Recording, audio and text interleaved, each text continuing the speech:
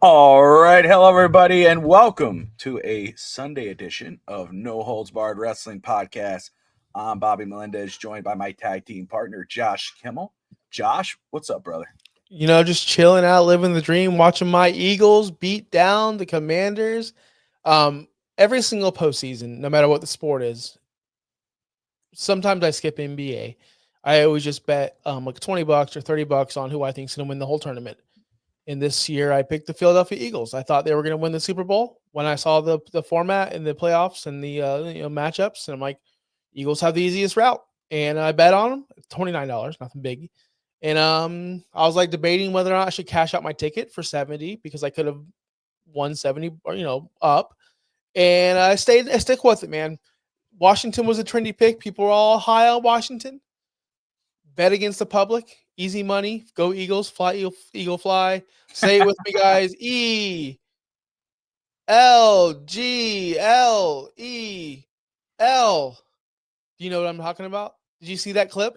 No, I didn't. No, I thought you were just spelling Eagles. No, the mayor's the Philadelphia mayor Okay. went like, "All right, everyone, say it with me. Let's go Eagles. E-L-E gel."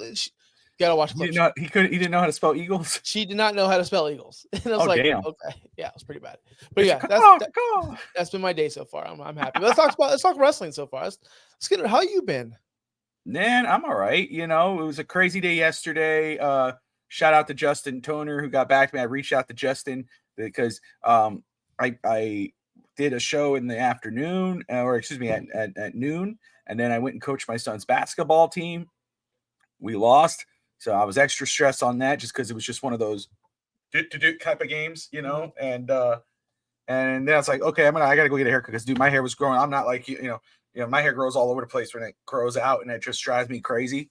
I don't mind on top here. I'm worried more about back here. And so I was like, I got to get a haircut. And so I said, I'm going to head to the mall. Usually doesn't take that long. It will be like, 45 an hour because they're really good. They take their time. They line you up. They fix you up. But the guy's like, it's going to be a little bit, man. We have a lot of people ahead of you. All right, cool. So I messaged you. I was like, hey, it might be running a little late.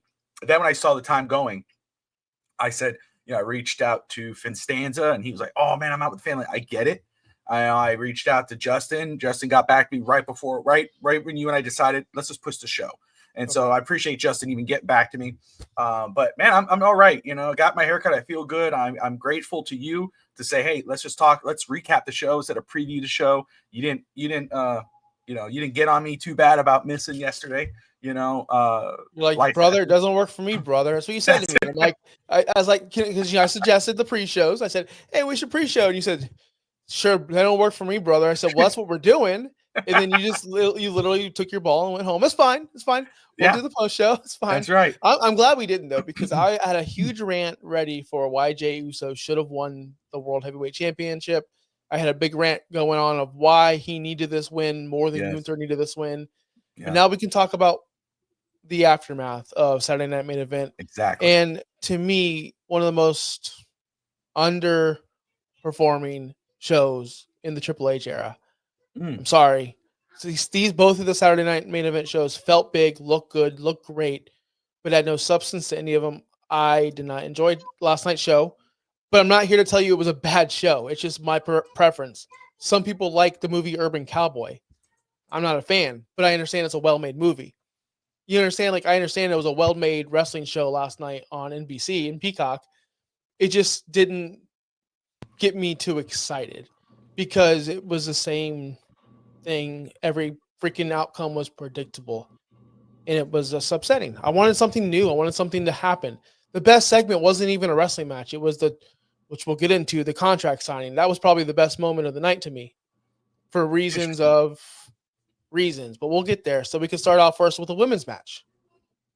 Now, Justin in the chat saying good matches. He thought it was a good show. Yes, they were good matches, and it was a good show. But I'm so sick of this hype up of these shows and nothing happens. And it's been going on. You're talking about I'm sorry, so very quick. You're talking about it's obviously the visuals are beautiful. I saw it looks like a big show, which you want out of a show like that. I saw the Braun Strowman, I saw the Strowman. What happened with Strowman? I thought about Bronson Reed and whatever. Not Bronson Reed. I'm sorry. Sheamus and Braun Breaker. all that. The matches were good, but what you're saying is, no, I want surprises. I want a Jey Uso win. I want something that's going to go, whoa, wait, how the hell did that happen? That you might get at like a PL. Something. Yeah. In DSG in the show, what did you want? A title change?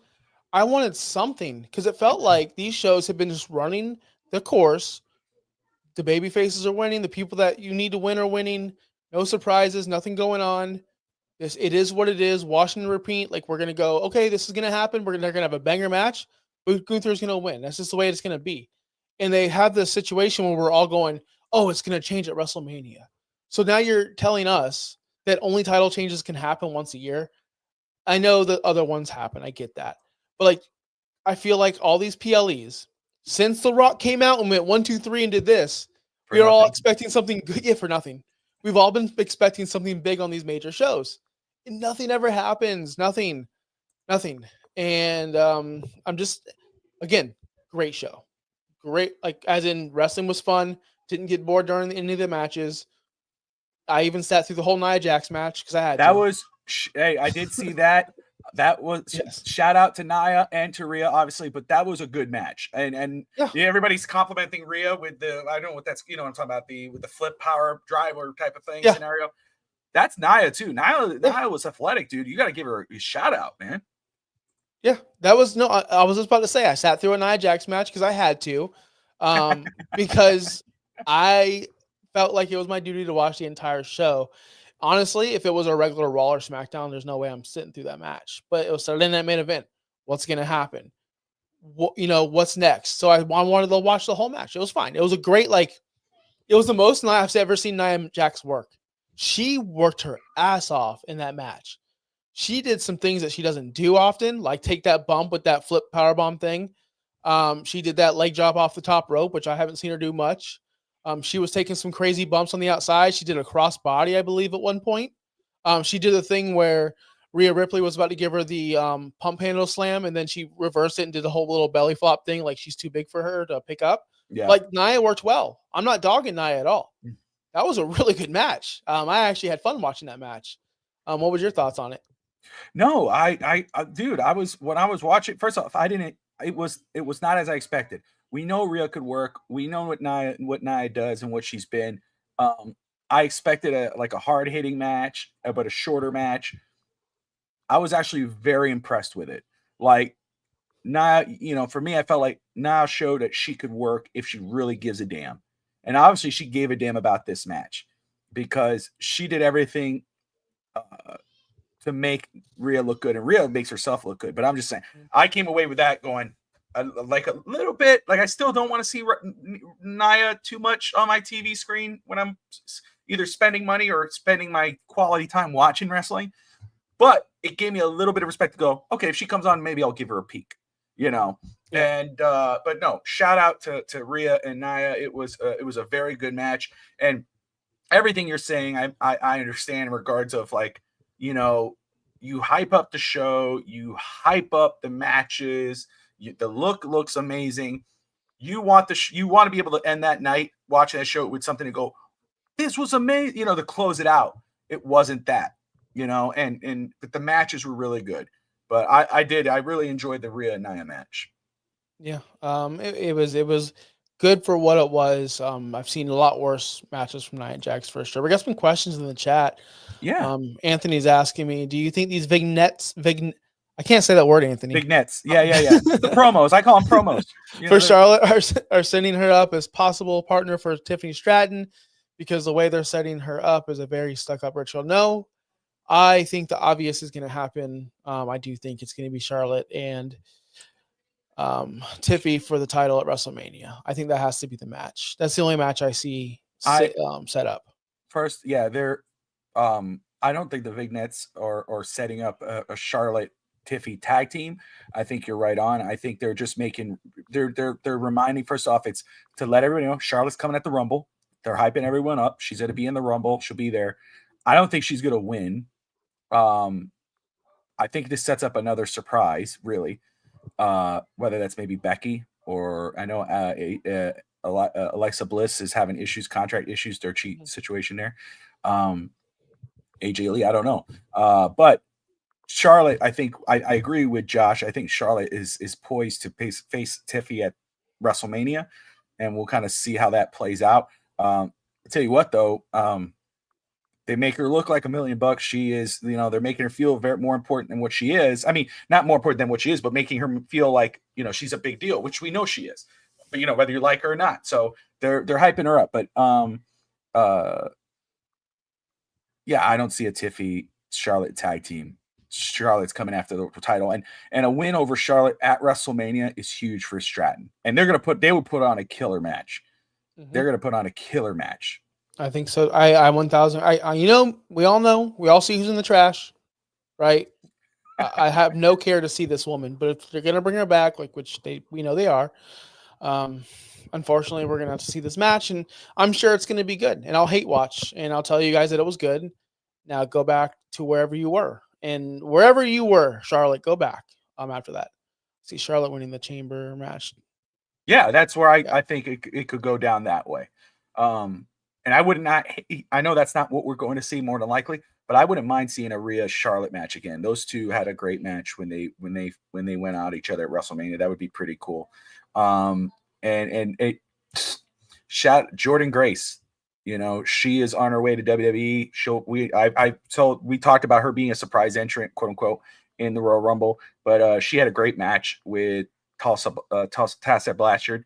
Tessa, right, and the TNA Championship. So she's on her way to WWE, and I mean, my goodness, if she could put Tess, we know Blanchard is a pretty damn good wrestler. She has good genes. What she's done in the ring. We're not talking about outside, we're talking about in. And so if she could do that with Blanchard, imagine what she could do with the pedigree in WWE. So I'm really looking forward to seeing what they do with Jordan Grace moving forward. But yeah, any other questions before we move on? Do you think that Tessa was penciled in for the Rumble until they heard those chants, and they're like, "Nah, we don't need this"? No, I don't know who. I don't. I think I wouldn't be surprised if she still popped up in the Royal Rumble. TNA and WWE have a very good relationship. Like I said, to see Flair and Blanchard in a ring together, they had her dad there yesterday with Arn Anderson. What's off? If what's outside the ring is outside the ring. Obviously people would like her to come out and say, "Hey, I'm so sorry," blah blah blah. But would that kill her character as a heel? People hate her. They're gonna live off of that. So I will say this, and Anthony, I see your question. I'll answer it in a second. With WWE and TKO and Endeavor, whatever, hearing the "You're a racist" chant really loud, we all heard it. There's two ways to think about that. First off, is that heat that you want? No company wants that on your show. No company at the Royal Rumble. They don't want people hearing over Peacock, "You're a racist." Clap, clap, clap, clap, clap. There ain't no way. But does the average WWE fan even know who this woman is? One, and two, that she even did all these. You know what I mean? Like, that's fair. So they could just say, "Well, those are the internet marks that watch everything. They're the sickos. They're gonna know everything." If we bring her in here, they're not gonna know anything, and she's just gonna be a woman to them. Like, that's a possibility, but I just don't see. That was so bad, Bobby. Like, if I was TNA, I would rip the carpet right underneath her and give the title to someone else right away. Ain't no way I'm doing that. My thing is, see, my only issue with that is, like, obviously, what and I don't have it. I know what she has said in the past, and 100%, all against and whatever. That was years ago. Again, any heat is good heat. The match, obviously, whatever she worked behind stage with TNA and with Jordan Grace and whatever, her peers welcomed her back. I don't know if WWE, because if you go based off every time a fan doesn't like it, oh, we choose not to like this person and we're gonna scream them out of things. The best reaction, the way you get anybody out of off your TV is a non-reaction. Because if you're watching, Goldberg comes out and you're screaming Oldberg, and the whole crowd screaming Oldberg, guess what? They're gonna still bring him out. It's a reaction. You're booing Dominic. Dominic's gonna come out. Dominic obviously is not a bat or anything like that. You're booing, Nia Jax comes out and you're sitting there going like this. And she's boom. I hate your dad. And she'll get off TV faster than a Tessa Blanchard. You know, that's just heat that's feeding. People are going to watch her just so they could see her get booed, so they could see someone smash her face in. Yeah, if I saw her on TV, I know what I'm getting out of her. TNA brought her back knowing what the marks or the sickos or what you call them knew what they were going to get from that, because you're going to have people who are going to try to carry that chant and it's going to go on over and whatever. At the end of the day, you know, they knew what they were getting. I don't think because the fans all of a sudden turned around and said it that they're going to go, oh, let's go ahead and pull this now. No, there's too many matches, too much talent in that. And I can't see them pulling the rug under her. They pulled Brock. They pulled this. But Brock is recent. It's an active case. And even if they, and I'm telling you, but let's be real here. Once that case is closed, even though we know how true the story is, once that case is closed officially, you can start the countdown for Brock to come back. And you know, I don't know what the fans will say. Well, I mean, we know, but look, we know what the fans are going to do. As soon as you hear that, triple standard, double standard, whatever you want to call it, you know, they took Brock out because it's an active case. You know, when the Hulk Hogan situation came out, when that situation with the tape and all that and the audio, whatever, what did they do? They wiped him clean because it was active right then and there. Tessa Blanchard, what happened? As soon as it happened, they fired her. They cut her. You know what I'm saying? Vince McMahon, the one who did all this, you know, of course he sold the company. If he was still there, he would have been there. But because someone else ran it, they kicked his ass out. Once that case is closed, that's when you're going to start. That's what happens. Once the years went by, Hogan started kind of, you know, his name started sneaking back in. Tessa Blanchard, the name starts sneaking back in. Brock Lesnar eventually will come back in because guess what? Brock Lesnar sells. You know, that's what wrestling is. And the fans that, you know, they just feed into it. You're right. You don't like them. Right. You don't like them. Don't give them a reaction. That's it. No, you're 1000% right. And everyone in the chat's the same thing. She was in her 20s. I understand that. Oh, I didn't see the comments. I'm sorry, guys. Yeah, no, you're good.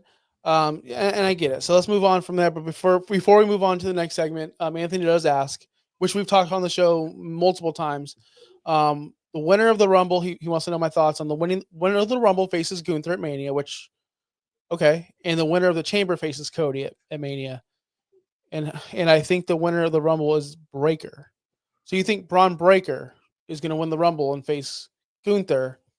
So that means John Cena would have to win the. Is that Manzano? Chamber. Anthony Manzano? Yeah. In the comments? Yeah. Shout out to Anthony, man. He's always watching. Yep. DSG Label as well. And Justin, of course. And everyone who's tuning in right now. We appreciate you guys watching.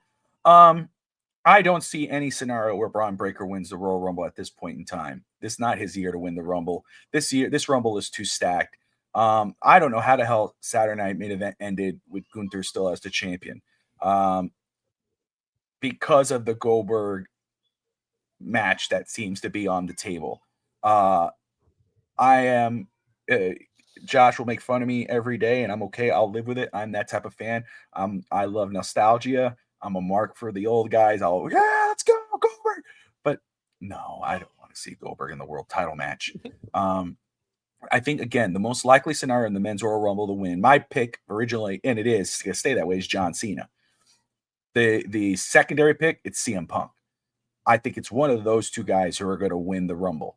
And then whoever doesn't win the Rumble is going to win the Elimination Chamber. If you see right below me, we're doing a Royal Rumble preview show. We won't be getting haircuts before the show, so we will be here before the Royal Rumble, and we will give all our predictions away then, Bobby. We'll be live, yes. So we'll be live next week. Well, you know, I mean, we talked about this kind of we booked the card. I'm sorry. We're going to do a preview show. We're going to preview the show. We're going to talk about the week around. Join us on next Saturday before the Royal Rumble. Bobby just pissing content away, guys. No, I talked about this already. But no, he asked the question. I know. I kid. All right, let's go to the next segment of Saturday Night Main Event. I'm gonna be honest with y'all. I don't remember the continuity, but I do remember all the segments. So I'm not sure if Jacob Fatu and Braun Strowman was next, but we're gonna talk about it next. This match was a way to get Jacob Fatu. I think the next match was actually Sheamus and Braun Breakker, but I want to get to Jacob Fatu. Yeah. Jacob Fatu and Braun Strowman. He was already made. Jacob Fatu was already made. But this is a way to get him made even bigger into a big time main event. Don't need Solo Sikoa. Don't need anyone else. Don't need to say I love you, Solo moment. This was his moment. They did at the very end mirror a very light Bronson Reed segment, kind of where he just kept on beating him down and doing the flip and then doing the moonsault. Security comes out, no, does the moonsault over security, walks away. Oh, I think he's done. Oh, he runs back in, does another moonsault with security there. He did, it kind of mirrored, but it still worked. It still worked to perfection. It still had the same exact effect as you wanted it. Nobody's going to remember that. I mean, they remember the Bronson Reed situation, but this one was cool too. So I'm not going to hate on it too much. It basically just ended in a DQ, which is the right way to do it. So Braun Strowman stays strong as well, but he kind of doesn't because he just got his head rammed. Just ass hit over and over and over until he started bleeding from the mouth. He was pretty much incapable of going. And then your boy Fatu threw the referee out of the ring. Referee called for the bell eventually. DQ finish. Do you think that was the right finish, or do you think Fatu needed to win clean or somewhat just 1, 2, 3? No, I think it was the right finish. He had to come out like a monster. Braun Strowman, that's what he is now. I mean, everybody wanted to see this match. They did a great job building it up, I thought, making these two, even though we know we know how big and strong Braun Strowman is and what he can really do and destroy and whatever. But he didn't need to go over in this match. It didn't need to be a clean match. It needed to look like a domination. You had to make Jacob Fatu look like the monster that he is. And so shout out to Braun Strowman for being unselfish and selling and doing all that. And but I thought it was great. I roll my eyes when you were talking about it because of the security thing. That's one of my biggest pet peeves.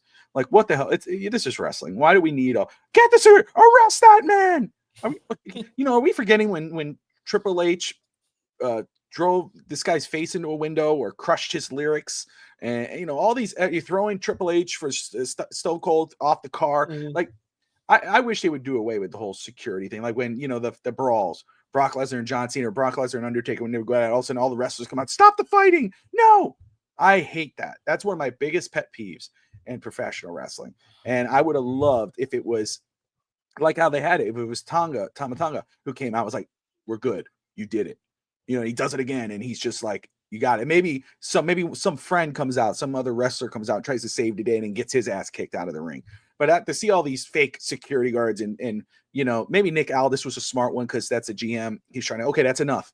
But all these extra dudes, I hate that. But I thought it was a smart thing to have him go over in that way, destroy Braun Strowman, and I mean, my goodness, the blood coming out of his mouth, and just spit coming out of Fatu, and Fatu is just, like you said, he doesn't need that, but god dang, dude, that raised him up to a whole other level, to where now it's like when you see him, you're like, if he could do that to Strowman, what is he going to do to the next guy? And now if Camilla Hayes beats his ass next week, then we're gonna have an issue. I'm just ready. I don't know if I'm ready for babyface Solo. Yep. When he we wrestles Fatu, I don't think I'm ready for that. I don't think we're all ready for it. I don't know if Solo's ready to be babyface at this point, but it's gonna happen, and that's why they're building up Jacob Fatu, and this is gonna be a match. I think this is gonna be a WrestleMania match, don't you? Yeah, I remember I talked about this a couple weeks back that I see Solo and Fatu. Eventually, it's gonna be I love you, Solo, then to I hate you, Solo. But I think it's gonna be maybe Fatu's gonna attack Roman. Solo comes out, looks like Solo. He's going like this to Solo, and all of a sudden Solo goes after Fatu, and then you have these two monsters, or used to be monster, going against a monster. But I'm with you. It's going to be a tough sell to turn Solo into a face, into a good guy type of situation. Again, he has to do what Roman does. I think he has to be that anti-hero type of situation. But you can't have him be the silent enforcer. Can't do that. He has a voice now. We know him. He's funny as hell when he's on the mic, when he's a bad guy. You need to integrate that. You got to have that kind of come with him. He can't be the silent enforcer, Solo, and no, none of that no more. That, to me, if they bring him back to that, that's going to be a problem. You lose him at that point. But if you bring him back and he's with the guys again, his original group, but he's solo now, he's on the mic and he's with Jay and Jimmy and he's talking and he's so much better talking trash. He's more believable. He's not like, when you listen to Jay and Jimmy, as much as I love them, and Jay should have been the world champion, he should be the world champion right now, and I'm a Jay Uso Mark 1000%. You can't take them seriously. The only time I took Jay seriously is when he went after Jacob Fatu. Is that this is why we stay away from him. He stops looking at me, I'll beat his ass. Like, that was cool. But when I hear those guys on the mic, they look like they want to burst out laughing. When Solo's on the mic and he's burning up people on the mic, I'm like all in. I think he's just grown on the as all around as a character, and his music's on point. I can jam out to his entrance music all day, every day. I agree. Anthony wants to know what happened to Braun Strowman. Triple H wanted to set him up as a special attraction for Mania or SummerSlam. Are you making it? Because honestly, Anthony, whose stock is higher at the moment? Are we going to elevate Braun Strowman, who can do the job and make someone look strong, or Jacob Fatu, your new superstar, who we're building in the most important storyline in WWE history? Let's not forget that. It's the most important storyline in WWE history. And you can't put Braun Strowman over Jacob Fatu. Yeah, no, the job right now, it's not Braun Strowman. Braun Strowman, and I'm not knocking him, but he's old news. Like it's not WWE's job. Triple H his priority is not let's build up Braun Strowman. It's let's build up Jacob Fatu. Let's, just like they were doing Bronson Reed, let's make them look undefeated. Like, let's make them look like killers. So that way, when we get to the ultimate destination, people are believing it, even though they know what it is. It's wrestling, and what's easier to go, let's get the former monster among men that people used to go, when you heard his music, you, oh, it's Braun, because they used to, remember, they tried to do that with Braun Strowman and Brock. Yep. They brought Braun Strowman was the beast, the monster. He was nobody could touch him. He would go in the ring. All of a sudden you have that Brock Lesnar, Braun Strowman Royal Rumble moment. And then they had matches and it was epic. But now that's what Braun Strowman is. He's the guy you feed. Big Show was another one. Big Show used to be the guy it's Big Show. It's the Giant. And then after a while, it's like, oh, here comes the Big Show. He's going after this guy, whoever that may be, another monster. Okay. And they would toss his ass around. And, that's because you want to make that dude look strong. That's what Jacob Fatu is right now. So, no, not bad. All right. Too much time on a Braun Strowman match. That's the most time I've ever talked about a Braun Strowman match in my life, and I promise not to do it again. Let's go on to the Sheamus Braun Breaker match. Talk about explosive. Talk about just one move sums up the entire match, and that's Braun Strowman again doing the leaping spear into Sheamus in midair. I just love Braun Breaker, and I love Sheamus. Sheamus is by far one of my most favorite active wrestlers at the moment. He is, man, ever since he broke away from which I did love, him and Cesaro, the bar. There we go, the bar. Ever since they broke up, Sheamus has been on a run. Yes, he did some silly stables, yada yada yada. But man, he's just a freaking hard hitter. Before this match, I was thinking, like, do you think Sheamus goes up to every wrestler? Hey, sorry, dude. Like, we're about to just beat the shit out of each other. Like, that's what's gonna happen.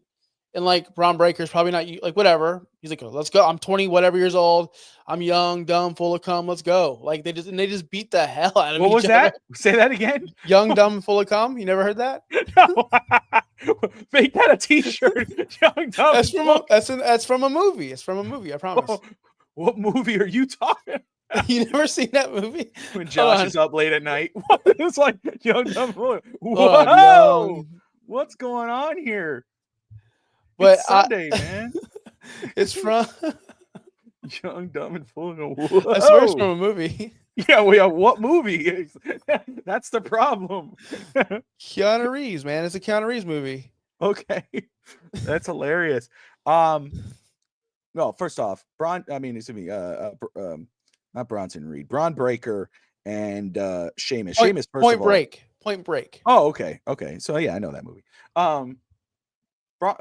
First off, just shout out Sheamus. I'm with you 100%. When he's in the ring, you're gonna have a banger, and it's old school. It's physical. It's gonna hurt. You're gonna see the marks on the bodies. It's none of this flippity flop, don't come back, all this stupid thing, whatever you see nowadays.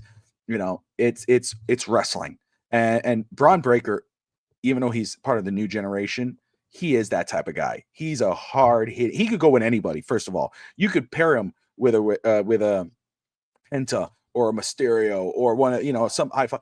You could put him with any of those guys. But but Sheamus, it was like in that spear.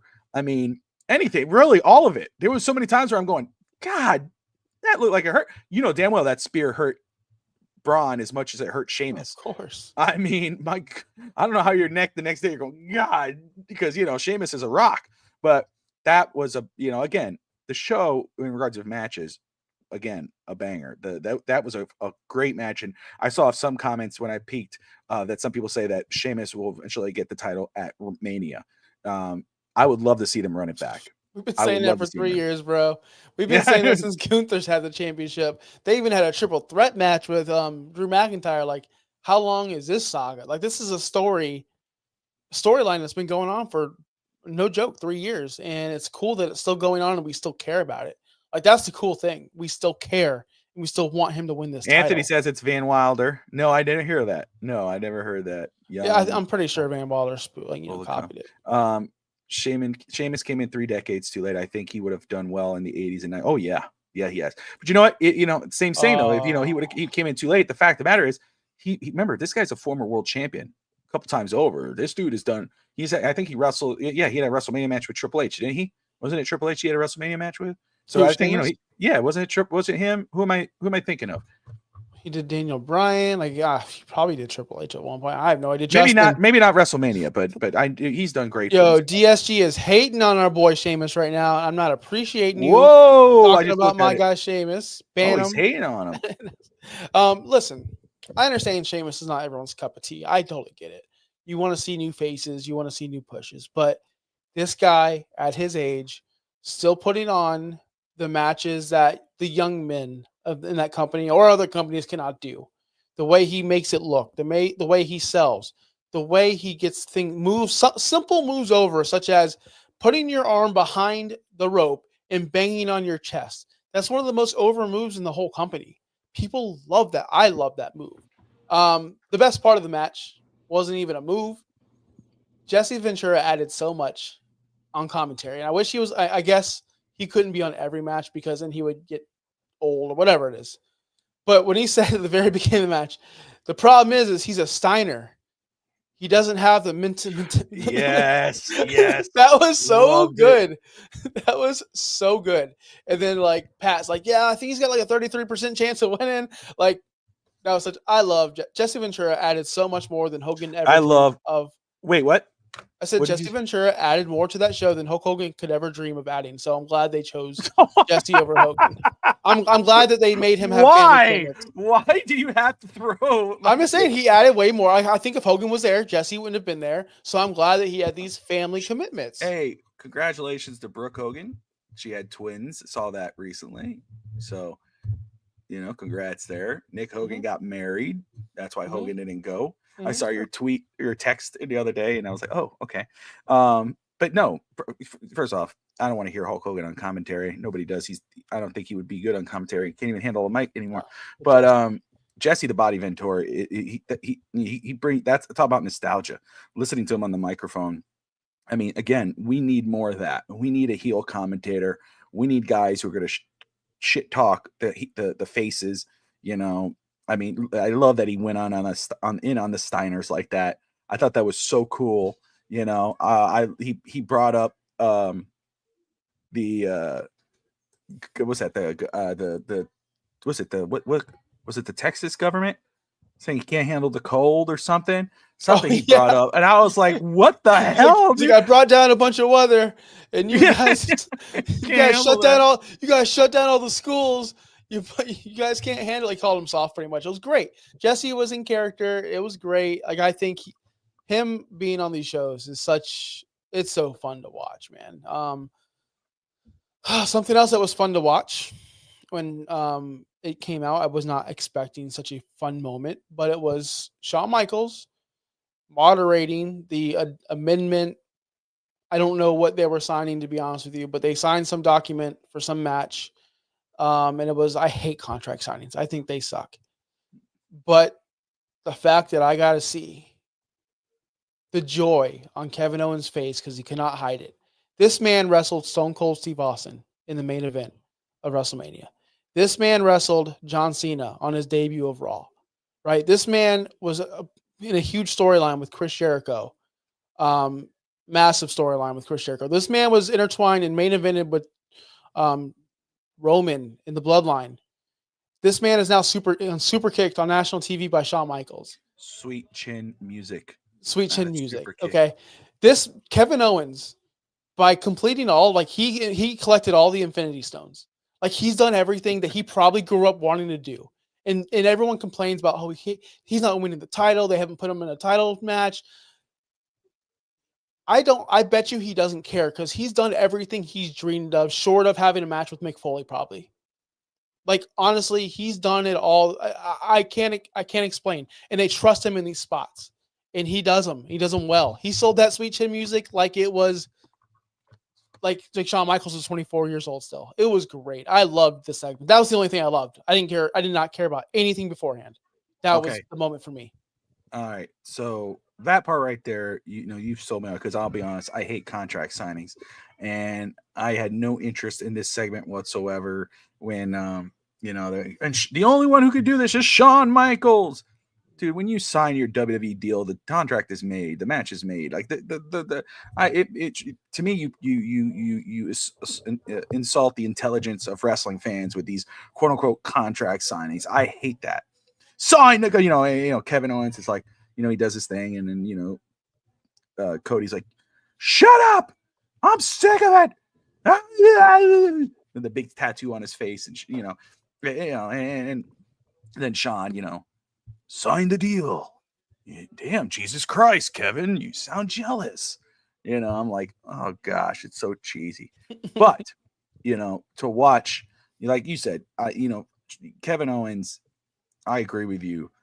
As much as, of course, you would love to see the title on him because he does deserve title because of what he's done and what he is and what he can do. But he doesn't need it. He's done everything. He's in a killer program, with Cody. Like you said, he's wrestled Steve Austin. Austin did not come out of retirement for anybody but Kevin Owens and main event WrestleMania with Stone Cold Steve Austin. He wrestled John Cena in his first main roster match. He's done it all. He's been the champion. He's been the world's champion. He's done it all. That's why he re-signed his deal.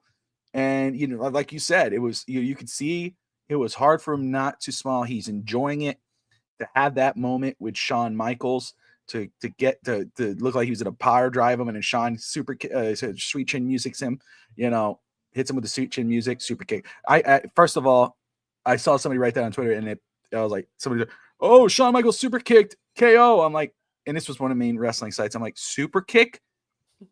It's called the sweet chin music, bro. Yep. How old are you? What are we doing here? That's not a super kick. That's the sweet chin music. What you saw Cody did was a super kick. That half-ass kick that everybody gets up from. No one's getting up from the sweet chin music, Mm-hmm. But no, I hate contract signings, but I did like the Shawn Michaels kick. The interaction. Thank you, DSG, for keeping us updated on the Buffalo Bills game. I hope they lose in the worst way. I hope we are talking about a bad call that Mahomes gets to beat the Buffalo Bills. That would make my life so much happier. Everyone, just give my rooting interest. Yes, I'm going for the Chiefs. Let's go. My prediction was Buffalo, Washington, and I will say Buffalo, Eagles, and then I will root for the Buffalo to lose in the Super Bowl. I do not want to see the Chiefs go to another Super Bowl or win another Super Bowl. Can I explain my logic and we'll go back to wrestling real quick? Sure. My hatred of Tom Brady was I don't hate him anymore. I'm an adult. I realize football's all phony and stuff, but I will say it's a work, brother. But if there's anyone that can break Tom Brady's record, which I want to happen so bad because he's insufferable, it's Patrick Mahomes. So keep on adding up those rings so you can be better than Brady. That's all. Honestly, that's what I'm rooting for. That's a long game. All right, let's get on to the next matchup. We're going to speak about tonight. So I'm trying to think, am I missing anything? Because we did Sheamus. We did the opening match, the women's match. Then there's the main event, Gunther and Jey Uso. Was that it? And Jacob Fatu, and yeah, this is the last match, the main event. It's the World Heavyweight Championship match. It's Jey Uso versus Gunther. I never fall for the false finishes, guys. I never in my life. I'm like, well, yeah, I did when I was a kid, but now that I'm an adult, I'm like, I never fall for false finishes because you can see the eyes. They're Yep. always looking at the ref. It's easy, but there I got because of the way they filmed it. You could not see Gunther's eyes. There was a moment where Jey Uso hit like every finisher in a row: super kick, spear, moved him into a splash. I'm like, 1, 2, let's go! Oh shit! I was surprised. I thought for sure Jey Uso. I was that confident.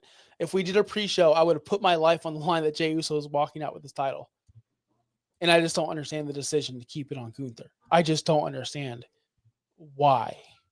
I don't know why we have to he has to drop it at WrestleMania. Why does everything have to happen at WrestleMania? If it always happens at WrestleMania, then it's not special anymore when it does happen. He needs to drop it soon. Get this title on Drew, Punk, or Rollins. That's your money. That's your story on Raw. Get it on one of those three. I'm sorry, Gunther. You did a great job. You will be champion many times over in the next 10 years. But we need to move on to the bigger guys that are going to sell more tickets, that are going to get more eyes on you, which are those three men, and Drew, Seth, and Punk. And Gunther needs to move on to Goldberg or whatever he's going to do. I'm not saying Gunther's terrible because he's awesome. But let's be honest. He's not Seth. He's not Phil. And he's not Drew. He's not Jay either. He's not even Damien. Gunther, again, talk about old school. I don't hate on Gunther. I think he's awesome. But as a champion, it's been underwhelming. I think yesterday should have been the day. And again, I don't care that the Royal Rumble's next week. He should have dropped it. I don't think the title was being defended at the Rumble anyway. So it's perfect to make sense to have it drop before the Rumble to get ready for the Elimination Chamber. I would love if Monday Night Raw says we're going to have a rematch between Jay and Gunther, and Jay goes out on top. I just don't. I don't have to understand. We'll see how it plays out. I don't mind sitting back and watching how this plays out. Hopefully WWE has something cool up their sleeve. But if the plan is Gunther and Goldberg, that match does not need the world title, because does anybody see? I mean, WWE's done it past, but that's a McMahon WWE. Does anybody see Goldberg beating Gunther? No. To make Gunther look bigger and badder and whatever, even though he doesn't need it, just like Jacob didn't need Braun Strowman. Gunther does not need Goldberg to look big and strong, but it is something cool to say, hey, Gunther beats Goldberg at WrestleMania. That's something that you'll see later on, but it doesn't need a world title. You're wasting that match. You're wasting the title at that point. So, I don't get it either. Again, I'm not somebody who's like, oh, it's the end of the world, because let's sit back and enjoy, quote unquote, the story. But to me, I just don't understand how that happens, what the plan is, because, again, you give Jay his moment. Jay's the world champion. He's, the fans are going to go crazy. He's, imagine him coming down to, in the audience on Monday night on Netflix. The crowd is jumping. He doesn't need to carry that title all the way through to WrestleMania. He's having a moment. He has, and then in the Elimination Chamber, it looks like he's going to survive, and it's that last moment. Bam. Go to sleep. 1, 2, 3. Now you got CM Punk going into WrestleMania as a world champion, and whoever he's going to face, or whatever. Seth Rollins, whatever. That should have been the case. That should be the case. They did a great job. The match was fun. Like you said, the false finish felt like a good false finish. They're not good anymore. This was a good one. And this was a good match, and it was a dominating win at the end with the 2 power bombs that I thought was a great little spot that they did. Yep. But not gonna lie, I was disappointed. That made me disappointed in the match. Was just the finish in itself. It was kind of like, oh, really? And of course, Cody has to come out and hug Jay. So I didn't see that. I turned it off as soon as it went 1, 2, 3. I think I saw it on Twitter. So maybe it's a Twitter thing, because they do things after the show ends. Which made me think, like, when I turned it off, because I woke up at 4 a.m. this morning, and I watched Saturday Night Main Event from 4 a.m. to about 6, Because Peacock, you can't fast forward through the commercials, but Raw you can on Netflix. And Max, you don't even get yeah, you do. You get commercials, but you can fast forward them. I actually had to sit through them all on Peacock. But yeah, 4 a.m. I actually watched the whole thing, and I had a good time. And it brings it back full circle. When you open a show with Nia Jax and you end a show the way it ended, I'm gonna have a bad taste just because of what you remember, what you see in the beginning the most and what the end the most. In between is kind of a blur. It ended with a clean heel win. Like the heel is winning clean. I get Gunther is one of the greatest wrestlers. That's his gimmick, ring general, but he wins every match clean. And that's just it. 1, 2, 3. Just give us a pop. Let us go home happy once in a while. Mm-hmm. I don't know, man. I don't get it. But that's it. That's the show. That was listen. Was not a bad show at all. It's a very enjoyable Saturday night show. And I will say maybe they didn't want to schedule so much because maybe they got leaked news that Toni Storm made her big reveal, and they knew everybody was watching that reveal over Saturday Night Main Event. They knew people were going to watch. Bad booking, man. Talk about bad booking, man. Listen, we'll talk about for 30 seconds because I want to go watch the Chiefs game. Yeah. Toni Storm revealed on Collision, which I didn't watch Collision yet, and I always watch Collision on Sunday mornings. I chose to watch Saturday Night Main Event instead. She revealed that she was pretending acting the whole time. Okay, that's fine. That was actually one of the gimmicks that I thought was going to play out. That was one of the storylines I thought was going to happen. No, it wasn't too soon. It was honestly wrong show. You do it on a show that averages like 250,000 people against Saturday Night Main Event on Peacock and NBC. What are you thinking? If that was on Dynamite, you would have got way bigger reaction. You would have got way more people talking. And because guess what? People watch Dynamite. I know it's not a lot, but it's around 600,000, and you're not going against Saturday Night Main Event. I'm sorry. If you want to reveal her as like acting the whole time, that's fine. I'm okay with the timing. Wrong show. The freak, man. Like that'd be like Sunday Night Heat. Back in the day, they reveal some huge storyline that nobody watched. Like they reveal the return of Penta, right? Come on, or the debut. It's just bad. It's bad. Bad booking. Well, that's it for the show. That's it. unless you want to add more to it. No, that's about it. Again, we'll be back here live on Saturday for our preview show for the Royal Rumble. Discussing everything. We'll talk about the next week in wrestling, but we're obviously going to be focused on the Royal Rumble. It's going to be a star-studded Rumble. I mean, CM Punk, John Cena, even Charlotte Flair, Jordan Grace. Those are all expected. Does the TNA World Champion Joe Hendry show up? It's going to be it's going to be very, very interesting. Didn't you just say you want surprises? On shows we watch, DSG. On shows we watch. On shows that are hyped up. Nobody watches Collision. I thought it was called Homecoming. Wasn't it Homecoming? Yeah, whatever. No one watches Collision. Nobody watches AEW. I got something to plug real quick. Wednesday night, OUS is back. 8 p.m. on Wednesday night. We'll be going live, and we're doing our awards, fantasy awards. I know a lot of people did them a long time ago, but we actually sat down, and we're going to do something different. We're doing an around the horn type of show where we're having a moderator. Me, Justin, and Dave will be giving you why we think our person should win this award, and we will get pointed. We will get awarded points or taken away points by our arguments around the horn style. So that should be fun Wednesday night, 8 p.m. And we have a huge announcement coming from OUS. Very cool. So guys, don't forget that on Wednesday. I'm Bobby. That's Josh. We appreciate you guys. Like and subscribe, and we will see you next Saturday. You'll see Josh on Wednesday. We'll see you next Saturday to preview the Royal Rumble. Enjoy the game.